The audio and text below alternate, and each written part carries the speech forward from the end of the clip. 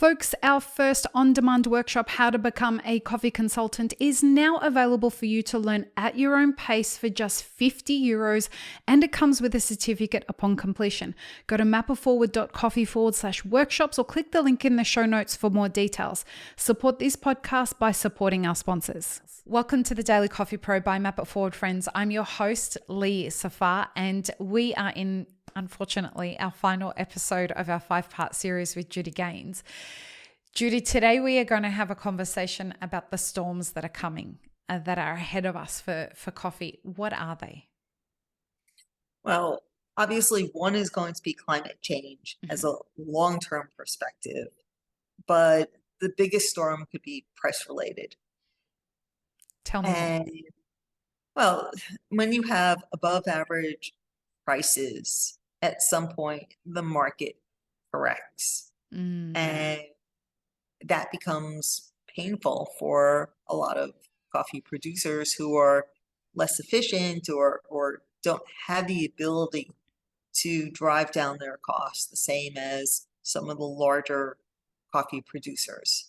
And so they're going to have to be making some tough choices and decisions about whether they're going to continue to grow coffee. How can they diversify? What can they do? And this is where it's so important for relationship coffee and partnerships, and to have the education for growers to figure out ways to become more efficient and increase their yields or diversify, intercrop, see what they can do as far as alternative markets. I mean, so many different things that could help them along. It's tough. It's always the backside. The pendulum will ultimately swing the other way. And then the challenges and the pain begins. Is there a possibility that, given that we are in such a unique market, from a global perspective, the economy is in such a unique position that everybody's waiting to see what it'll do because they can't draw a correlation between a previous time in history when we've experienced this? Right now in coffee, people are saying that the C market is not behaving the way that they would typically expect it to. Is there a possibility that we won't see that cyclical swing in the direction that we anticipate? No. She's shaking her head. I mean, tell me why. Maybe they haven't had logged the years and looked back far enough to understand some of the cycles. But we are in a very unusual cycle on a lot of different levels, right? People are saying that nothing makes sense right now about coffee pricing. I'm hearing producers say that a lot, particularly in the cash market. Think so. Right? You don't think? No, they're just not reading my reports. Let's go. Check the show notes, folks. I mean, I don't know. I mean, to me, I think the market's behaving logically and, pretty rationally, given all the dynamics. Okay. And, the market is reflecting a lot of the issues in the differentials. And as a result of high differentials, then you're not having coffee coming to the board, and that's helping to support the market and drive the stocks. And so all the gears are turning the way they're supposed to. I don't see the market as broken or not responding. I think one of the things is that you had back-to-back issues with the Brazilian crop, right, at a difficult time in general on a global basis. I mean, we didn't have the pandemic before. We didn't have one side of the industry, basically shut down for an extended period of time, and the service side, needing to come back. Office coffee service lost out. So you've had shifts in, call it some of the spokes and distributions for coffee, and some of that was lost. But how is that different than when things transitioned to suddenly people were going from more at-home use to the proliferation of all the cafes? Right.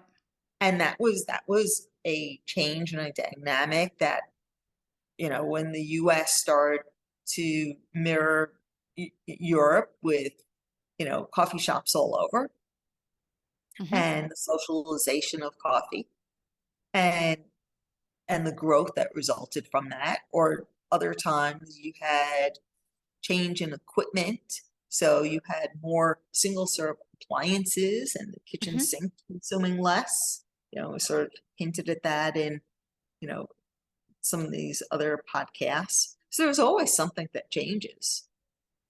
And the market tends to reflect it. And I'd go back to say the market is reacting to the production side, the supply side, more so than the consumer side. And that's Right. where more of the uncertainty is and always is. Okay.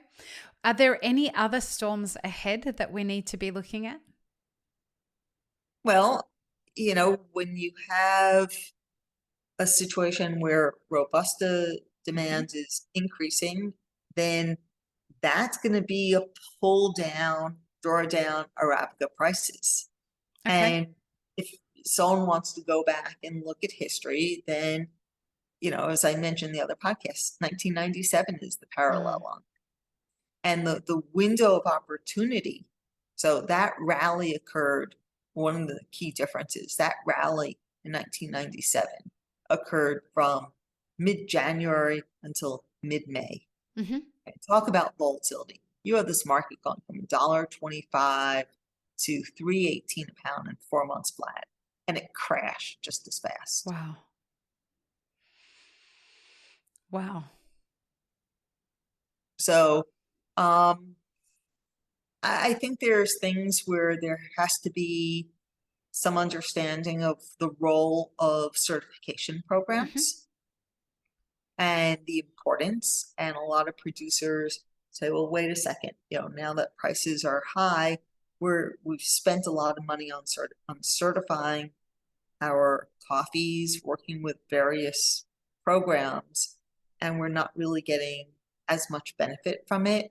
And then they abandon that. And they say we could do better not being in some of the regulated programs, Mm. the certification schemes. And so what is going to happen as a result of that? So time will tell, right?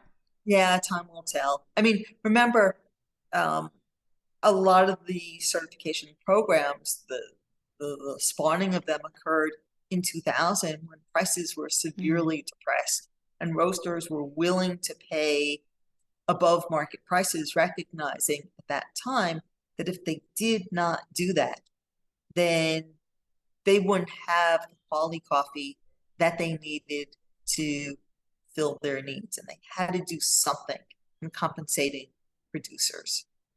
When prices are higher, then there's that pullback of, wait a second, we can't pay any more because then, we can't pass it on to consumers. People are going to switch away. We're going to lose our market. Mm.